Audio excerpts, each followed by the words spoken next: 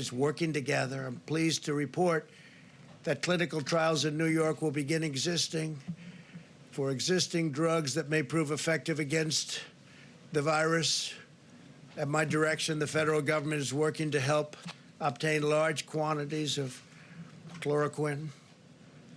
And you can look from any standpoint tomorrow in New York. We think tomorrow pretty early, the hydroxychloroquine and the Z-Pak, I think, is a combination, probably is looking very, very good, and it's going to be distributed. We have 10,000 units going, and it'll be distributed tomorrow. It'll be available and is now. They already have it. They're going to distribute it tomorrow morning to a lot of people in New York City and New York. We're studying it very closely, watching it very closely. You probably saw a couple of articles today came out where a gentleman, they thought he was not going to make it. He said goodbye to his family.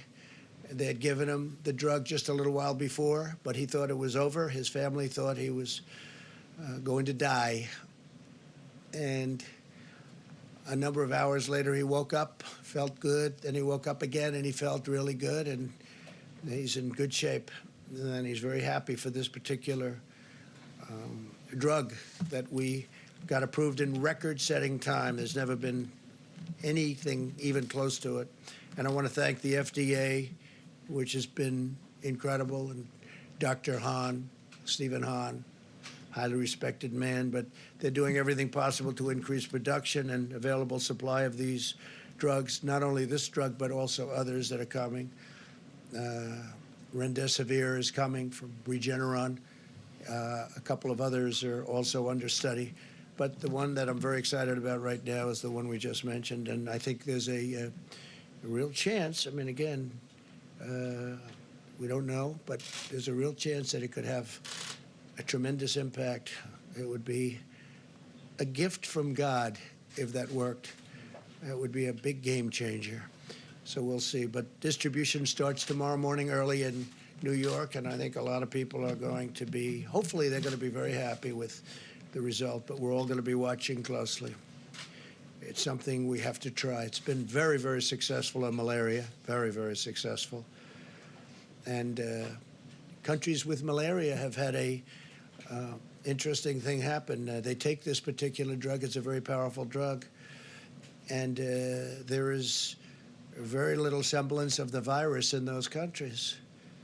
And there are those that say because this drug is very prevalent because of the malaria. So we'll see what happens.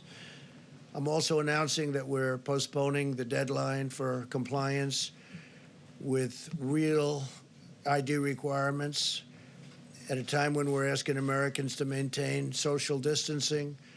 We do want to require people to go with their local DMV. We will be announcing the new deadline very soon. It's going to be announced in a very short moment.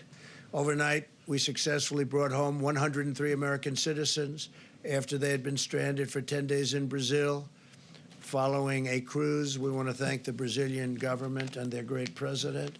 Most of those returned were senior citizens. My administration, in cooperation with Governor Greg Abbott of Texas and the private sector, coordinated their safe return to the United States. So thank you to Governor Abbott. Terrific governor, terrific man.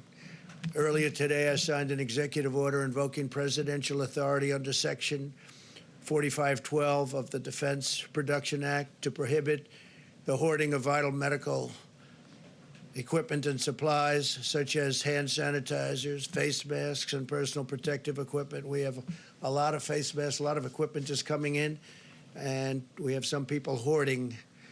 And Attorney General Barr is going to be speaking about that in a second. We want to prevent price gouging, and critical health and medical resources are going to be protected in every form. Under this directive, the Secretary of Health and Human Services is authorized to designate essential health and medical